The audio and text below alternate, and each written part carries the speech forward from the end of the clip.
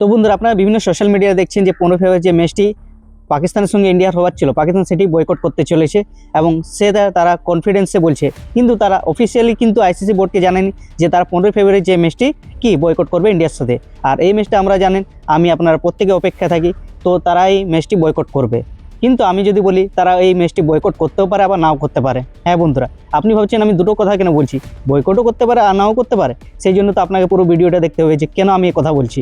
হ্যাঁ, আর এখনও পর্যন্ত আপনি আমাদের চ্যানেলটি সাবস্ক্রাইব করেন, কি করছেন তাদের সাবস্ক্রাইব করে নিন। এরকম নিত্য নতুন ইনফরমেটিভ ক্রিকেট সম্বন্ধীয় তথ্য পেতে আমাদের চ্যানেলটি অবশ্যই সাবস্ক্রাইব করে নিন। তো বেশি কথা না বলে চলুন ভিডিওটি শুরু করি।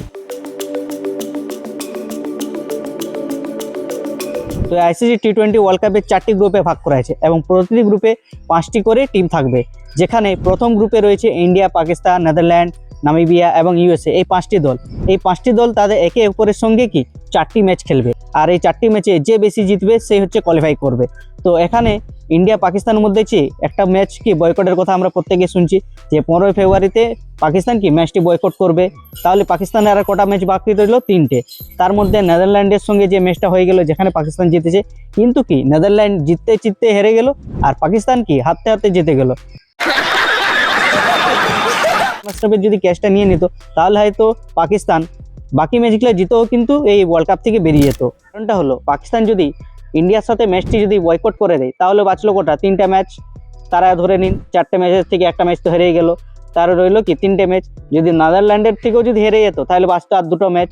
আর আপনারা জানেন, যদি ওই 2টো ম্যাচ যদি জিতে যেত কিন্তু নেট রান রেটের উপর ইফেক্ট করতো, কারণ পাকিস্তান যদি ইন্ডিয়ার সাথে তো একেই বয়কট করেছে, যার জন্য তাদের নেট রান রেট কমে যাচ্ছে। একটা ম্যাচে কি নেট রান রেটের খুবই গুরুত্বপূর্ণ। আপনি যতই ম্যাচ জিতুন, কিন্তু যদি আপনার নেট রান রেট যদি মাইনাসে চলে যায়, মাইনাসের থেকে বেশি হয়, তাহলে কি আপনার কোয়ালিফাই করা খুব মুশকিল হয়ে যাবে। তাই নেট রান রেট খুব ইফেক্ট করে আপনি কোয়ালিফাই করবেন কি করবেন না।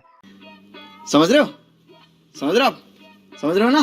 যদি পাকিস্তান জিতেও যায় তাহলে নেট রান রেটের জন্য পাকিস্তান হেরে যাবে এবং ওয়ার্ল্ড কাপ থেকে বেরিয়ে যাবে, সেটা আমাদের দেখানো। এবার বিষয় হচ্ছে যে তারা বয়কটের স্ট্র্যাটেজিটা কি। তাদের স্ট্র্যাটেজি ওইটাই হচ্ছে, ইন্ডিয়ার সাথে তো ম্যাচটি বয়কট করে দিচ্ছে 15 ফেব্রুয়ারি, যেটা ওরা বলে যাচ্ছে যে আমরা ইন্ডিয়ার সাথে ম্যাচ খেলবো না। আর যে ম্যাচটার জন্য আমি আপনারা প্রত্যেকে অপেক্ষায় থাকি যে কখন 15 ফেব্রুয়ারি হবে আর ইন্ডিয়া পাকিস্তানের মধ্যে ম্যাচটি হবে। আর কিন্তু পাকিস্তান বলছে আমরা ওই ম্যাচটি খেলবো না। তাহলে এই 3টা ম্যাচ রয়ে গেল পাকিস্তানের কাছে 4টির মধ্যে। তো এই 3টা ম্যাচ তারা খেলবে। নেদারল্যান্ডের সাথে তো হারতে জিতে গেল, আর নেদারল্যান্ড কি জিততে হেরে গেল। যদি ওই ম্যাচটা যদি হেরে যেত তাহলে কি 2টো ম্যাচ থাকতো, তাহলে পাকিস্তানকে অবশ্যই 2টো ম্যাচ জিততে হতো। কিন্তু জিতলেও কিছু নেট রান রেটের জন্য কি পাকিস্তান আর কোয়ালিফাই করতে পারতো না। এবার যারা অন্যান্য টিম আছে, যেমন ইউএসএ, একটা শক্তিশালী টিম হয়ে উঠে এসছে। আপনারা দেখছেন যে ইন্ডিয়ার সঙ্গে যখন ম্যাচটা হলো, ইন্ডিয়াকে প্রায় অল আউটেই করে দিয়েছে এবং কত রান করলো? 161 রান। কার জন্য? আমাদের ক্যাপ্টেন সূর্যকুমার যাদবের জন্য এই ম্যাচটি আমরা জিততে পারলাম। কিন্তু যদি সূর্যকুমার যদি আউট হয়ে যেত আর যদি ইউএসএ যদি ম্যাচটা জিতে যেত, তাও কি হতো? পাকিস্তান কি কোয়ালিফাই করতে পারতো না, কারণ ইউএসএ আগে একটা পয়েন্ট পেয়ে যেত। আর কি হলো, এর থেকে পাকিস্তান আরও চাপ বেড়ে যায়। যখনই অন্যান্য টিম যদি ম্যাচ জিততে থাকে তাহলে পাকিস্তান কোয়ালিফাই করার কি মুশকিল হয়ে যায়। পাকিস্তান কি এটা একটা গ্যামলিংয়ের মতন খেলছে। যদি অন্যান্য টিম যদি জিতে যায় তাহলে পাকিস্তান বেরিয়ে যাবে, যদি অন্যান্য টিম যদি হেরে যায় তাহলে পাকিস্তান কি কোয়ালিফাই করবে।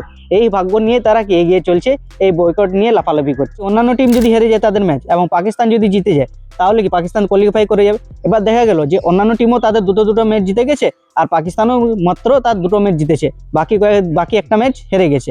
তাহলে কি হবে? তখন দেখাবে net run rate. Net run rate যার ভালো থাকবে সে কোয়ালিফাই করবে, আর যে নেট রান রেট কম থাকবে সে এই ওয়ার্ল্ড কাপ থেকে বেরিয়ে যাবে। अब तो सच बोल दे भोसड़ी के। নেট রান রেট যদি ভালো থাকে তাহলে পাকিস্তান কোয়ালিফাই করবে। যদি অন্যান্য টিমের যদি পাকিস্তানের থেকে নেট রান রেট যদি ভালো থাকে তাহলে কি তারা কোয়ালিফাই করবে আর পাকিস্তান আউট হয়ে যাবে। এই 4টি গ্রুপ স্টেজের মধ্যে কি প্রত্যেকটা গ্রুপে 2টো করে টিম কোয়ালিফাই করবে। আর ইন্ডিয়া তো কোয়ালিফাই করে গেছে, আর পাকিস্তান এখন তার ঝুলছে, তার কপালের লাঠি নিয়ে ঝুলছে। যদি এই লাঠিটা যদি ছিঁড়ে পড়ে যায় তাহলে পাকিস্তান বেরিয়ে যাবে, আর যদি লাঠিটা এইভাবে যদি ঝুলতে থাকে তাহলে কি পাকিস্তান কোয়ালিফাই করবে। তো আপনাদের কি মতামত? পাকিস্তান কোয়ালিফাই করবে এই আইসিসি টি20 ওয়ার্ল্ড কাপে, না বয়কট করতে করতে কি এই ওয়ার্ল্ড কাপ থেকে একবার বেরিয়ে যাবে বাংলাদেশের মতন? আপনার মতামত কমেন্ট বক্স খালি আছে, কমেন্ট করে জানাতে পারেন। আজকের ভিডিও যদি ভালো লাগে আপনাদের বন্ধুরা, তাহলে লাইক করতে ভুলবেন না, শেয়ার করতে ভুলবেন না। আর আপনারা যদি ক্রিকেট প্রেমী হন, ক্রিকেটে ভালোবাসেন, তাহলে আমাদের চ্যানেলটি অবশ্যই সাবস্ক্রাইব করুন এরকম নিত্য নতুন ক্রিকেট সম্বন্ধীয় তথ্য পাওয়ার জন্য সবার আগে। আশা করি বন্ধুরা আজকের ভিডিওটি আপনাদের ভালো লাগলো। আপনারা সবাই সুস্থ থাকুন, ভালো থাকুন। জয় ভারত।